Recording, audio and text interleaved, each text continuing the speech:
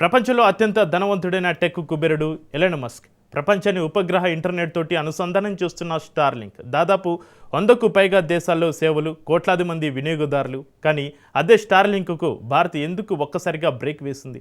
భారత మార్కెట్లోకి రావడానికి అన్ని మార్గాలు దాదాపు సిద్ధమవుతున్న సమయంలో కేంద్ర ప్రభుత్వం ఎందుకు పాజ్ బటన్ నొక్కింది?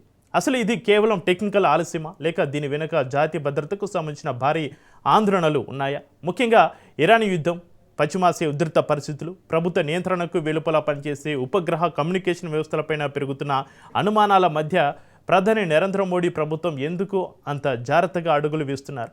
అసలు మోడీ ఎందుకు ఎలాన్ మస్క్కే స్టాప్ సిగ్నల్ ఇచ్చారు? జాతీయ భద్రత ముందు ప్రపంచ కుబేరులకైనా ఆగాల్సిందేనా? Let's watch the story. ప్రపంచ టెక్నాలజీ రంగాన్ని తన ఆవిష్కరణలతో శాసిస్తున్న కుబేర వ్యాపారవేత్త ఎలాన్ మస్క్ కు చెందిన స్టార్లింక్ సేవలు భారత మార్కెట్లోకి అధికారికంగా ప్రవేశించేందుకు దాదాపు అన్ని మార్గాలు సిద్ధమవుతున్నట్టే కనిపించిన సమయంలో భారత ప్రభుత్వం ఒక్కసారిగా పాస్ బటన్ నొక్కడం ప్రపంచవ్యాప్తంగా పెద్ద చర్చకు దారితీసింది. ఒకవైపు ప్రపంచంలో అత్యంత ఆధునిక ఉపగ్రహ ఆధారిత ఇంటర్నెట్ వ్యవస్థగా స్టార్లింక్ ను టెక్నాలజీ ప్రపంచం ప్రశంసిస్తుండగా, మరోవైపు ప్రపంచంలోని అతిపెద్ద డిజిటల్ మార్కెట్లలో ఒకటిగా ఎదుగుతున్న భారత్ ఈ సేవలకు తుది అనుమతులను నిలిపివేయడం వెనుక ఉన్న అసలు కారణం ఏమిటన్న ప్రశ్న ఇప్పుడు అంతర్జాతీయ వేదికలపై చర్చనీయాంశంగా మారింది. ముఖ్యంగా జాతీయ భద్రతా కారణాల వల్లే ఈ నిర్ణయం తీసుకున్నట్టుగా వెలువడుతున్న నివేదికలు దీనికి మరింత ప్రాధాన్యం తీసుకొచ్చాయి.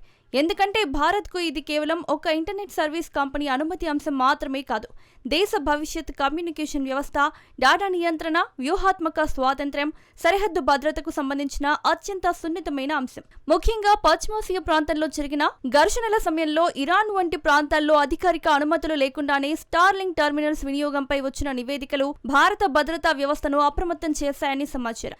ఒక విదేశీ ప్రైవేట్ కంపెనీకి చెందిన ఉపగ్రహ కమ్యూనికేషన్ వ్యవస్థ ప్రభుత్వ ప్రత్యక్ష నియంత్రణ లేకుండా దేశంలోని సున్నిత ప్రాంతాల్లో పనిచేస్తే, ఒకవేళ దేశ వ్యతిరేక శక్తులు, స్మగ్లింగ్ నెట్వర్క్లు, ఉగ్రవాద గుంపులు లేదా సరిహద్దు చొరబాటుదారులు ఈ టెక్నాలజీని వినియోగిస్తే పరిస్థితి ఏమవుతుంది?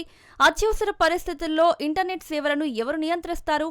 డేటా ఎక్కడ నిల్వ ఉంటుంది? భారత భద్రతా సంస్థలకు అవసరమైన సమయంలో యాక్సెస్ ఉంటుందా అన్న ప్రశ్నలు ఇప్పుడు న్యూఢిల్లీ ఆలోచనలో కీలక అంశాలుగా మారాయి. చైనా, పాకిస్తాన్ వంటి రెండు ప్రధాన భద్రతా సవాళ్లను ఒకేసారి ఎదుర్కొంటున్న భారత్కు కమ్యూనికేషన్ వ్యవస్థలు కేవలం టెక్నాలజీ వ్యవహారం కాదు, అవి జాతీయ భద్రతకు వెన్నెముక లాంటివి. అందుకే స్టార్లింక్ అనుమతుల విషయంలో తొందరపడకుండా ముందుగా అన్ని భద్రతా అంశాలపై పూర్తి స్పష్టత కోరుతూ మోదీ ప్రభుత్వం జాగ్రత్తగా అడుగులు వేస్తోందనే భావన బలపడుతోంది. ఒకప్పుడు ప్రపంచ కంపెనీలు భారత్లోకి వచ్చేందుకు షరతులు చెప్పేవి. కానీ ఇప్పుడు భారత్ చెబుతోంది, ఇక్కడ అవకాశాలు ఉన్నాయి, కానీ నియమాలు భారతదేశానివే. ఇదే మారుతున్న భారతదేశం, ఇదే కొత్త దౌత్య ధోరణి, ఇదే మోదీ యుగంలో కనిపిస్తున్న వ్యూహాత్మక ఆత్మవిశ్వాసం. ఈ మొత్తం పరిణామంలో ప్రధానంగా చర్చకు వస్తున్న అంశం ప్రధాని నరేంద్ర మోదీ అనుసరిస్తున్న జాతీయ ప్రయోజనాలు ముందు, వ్యాపార ప్రయోజనాలు తర్వాత అనే స్పష్టమైన విధానం. గత 10 ఏళ్లలో మోదీ ప్రభుత్వం తీసుకున్న అనేక నిర్ణయాలను పరిశీలిస్తే ఒక విషయం స్పష్టంగా కనిపిస్తుంది. భారత్ ప్రపంచ పెట్టుబడులకు స్వాగతం చెబుతోంది, ప్రపంచ కంపెనీలకు తలుపులు తెరిచింది. కానీ జాతీయ భద్రతా విషయంలో ఎలాంటి రాజకీయ సిద్ధంగా లేదు.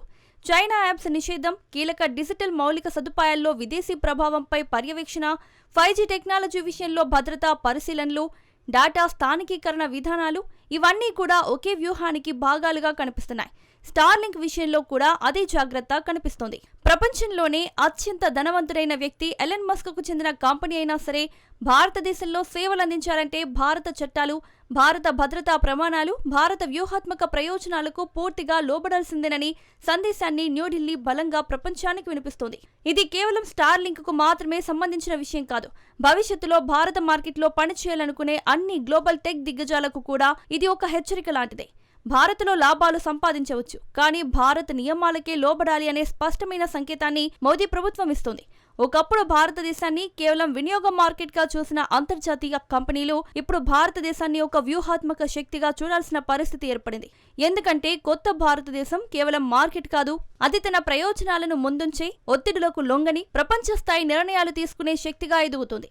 ఈ మార్పులో మోదీ నాయకత్వం కీలక పాత్ర పోషించిందనే అభిప్రాయం బలపడుతోంది. ఇండియా ఫస్ట్ అనే భావనను మోదీ ప్రభుత్వం కేవలం రాజకీయ నినాదంగా కాకుండా పాలనా సిద్ధాంతంగా అమలు చేస్తుందనే విషయం స్టార్లింక్ అంశం ద్వారా మరోసారి స్పష్టమవుతోంది.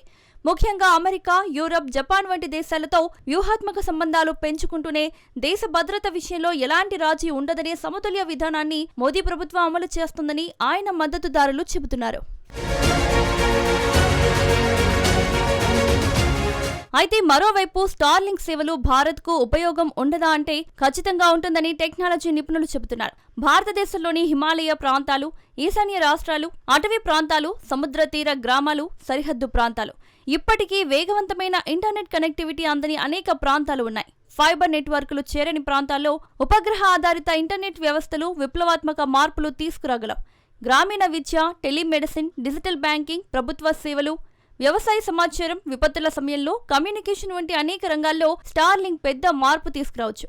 డిజిటల్ ఇండియా లక్ష్యాలకు కూడా ఇది తోడ్పడగలదు. కానీ ఇక్కడే మోదీ ప్రభుత్వం ఒక కీలకమైన ప్రశ్న అడుగుతుంది. సాంకేతిక ప్రయోజనం ఉన్నంత మాత్రాన భద్రతా ముప్పులను నిర్లక్ష్యం చేయవచ్చా అనే ప్రశ్న. ముఖ్యంగా ఉపగ్రహ కమ్యూనికేషన్ వ్యవస్థలు ఒకసారి విస్తరించిన తర్వాత వాటిపై ప్రభుత్వ నియంత్రణ ఎంతవరకు ఉంటుందన్నది అత్యంత కీలక అంశంగా మారింది. ఒకవేళ అత్యవసర పరిస్థితుల్లో నిర్దిష్ట ప్రాంతాల్లో సేవలను నిలిపివేయాల్సి వస్తే ఆ సామర్థ్యం ప్రభుత్వానికి ఉంటుందా? దేశ వ్యతిరేక శక్తులు లేదా అక్రమ నెట్వర్క్లు ఈ టెక్నాలజీని వినియోగిస్తే దాన్ని వెంటనే గుర్తించే వ్యవస్థ ఉంటుందా అనే ప్రశ్నలు ఇప్పుడు భారత భద్రతా వ్యవస్థలో ప్రధాన చర్చగా మారాయి. ముఖ్యంగా గతంలో కొన్ని యుద్ధ ప్రాంతాల్లో స్టార్లింక్ వినియోగంపై వచ్చిన వివాదాలు, అనుమతి లేని ప్రాంతాల్లో కూడా టెర్మినల్స్ వినియోగం జరిగినట్టు వచ్చిన నివేదికలు భారత్ను మరింత అప్రమత్తం చేశాయని విశ్లేషకులు చెబుతున్నారు. అందుకే ప్రభుత్వం ముందు భద్రత, తరువాత అనుమతి అనే విధానాన్ని అనుసరిస్తోందని స్పష్టంగా కనిపిస్తుంది. టెక్నాలజీని స్వాగతించాలి, కానీ దానిపై పూర్తి నియంత్రణ దేశం చేతుల్లోనే ఉండాలనే దృక్పథం ఇప్పుడు భారత వ్యూహాత్మక విధానంలో కీలక అంశంగా మారింది.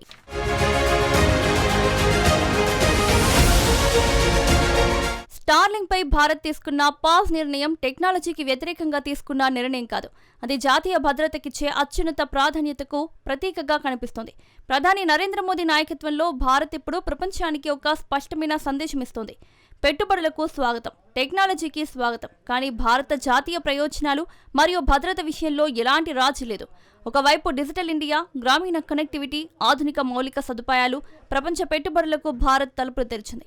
మరోవైపు డేటా భద్రత, డిజిటల్ సార్వభౌమత్వం, వ్యూహాత్మక స్వావలంబన వంటి అంశాల్లో కఠిన వైఖరిని అవలంబిస్తోంది. ఎలన్ మస్క్ ప్రపంచంలో ఎంత ప్రభావవంతుడైనా, ఆయన కంపెనీ ఎంత పెద్దదైనా భారతదేశంలో పనిచేయాలంటే భారత నియమాలకు లోబడాల్సిందేననే సందేశాన్ని ఈ నిర్ణయం బలంగా ప్రపంచానికి వినిపించింది. ఇప్పుడు అసలు ప్రశ్న ఒక్కటే: స్టార్లింక్ భారత ప్రభుత్వ కఠిన భద్రతా షరతులకు పూర్తిగా అంగీకరిస్తుందా, లేక భారత్ తన స్వదేశీ ఉపగ్రహ కమ్యూనికేషన్ సామర్థ్యాలను మరింత వేగంగా బలోపేతం చేస్తుందా? సమాధానం రాబోయే రోజుల్లో తేలిపోతుంది. కానీ ఒక విషయం మాత్రం ఇప్పటికే స్పష్టమైంది: కొత్త భారతదేశంలో పెట్టుబడులకు తలుపులు తెరిచి ఉన్నా జాతీయ భద్రత గడపను దాటే హక్కు ఎవరికీ లేదు. దేశ ప్రయోజనాల ముందు ప్రపంచ కుబేరులకైనా ఆగాల్సిందేనని నరేంద్ర మోదీ నాయకత్వంలోని భారత్ మరోసారి ప్రపంచానికి స్పష్టంగా తెలియజేసింది. స్టార్లింక్ పై భారత్ తీసుకున్న పాస్ నిర్ణయం కేవలం ఒక కంపెనీ అనుమతిని నిలిపివేయడం కాదు, అది కొత్త భారతదేశం ప్రపంచానికి వస్తున్న ఒక స్పష్టమైన సంకేతం. పెట్టుబడులకు స్వాగతం, టెక్నాలజీకి స్వాగతం, ప్రపంచ దిగ్గజాలకు కూడా స్వాగతం. కానీ దేశ భద్రత, డేటా నియంత్రణ, వ్యూహాత్మక ప్రయోజనాల విషయంలో ఎలాంటి రాజీ ఉండదనే గట్టి సందేశం. ఎలన్ మస్క్ ఎంత పెద్ద కుబేరుడైనా, స్టార్లింక్ ఎంత ఆధునిక టెక్నాలజీ అయినా భారతదేశంలో పనిచేయాలంటే భారత నియమాలకు లోబడాల్సిందేనని మోదీ ప్రభుత్వం మరోసారి ప్రపంచానికి స్పష్టం చేసింది. ఇప్పుడు చూడాల్సిందల్లా ఒకటే: స్టార్లింక్ భారత భద్రతా షరతులకు అంగీకరిస్తుందా, లేక భారత్ తన స్వదేశీ ప్రత్యామ్నాయాలను మరింత వేగంగా బలోపేతం చేస్తుందా? కానీ ఒక విషయం మాత్రం ఖాయం: కొత్త భారతదేశంలో జాతీయ భద్రత ముందు ఎవరూ పెద్దవారు కారు.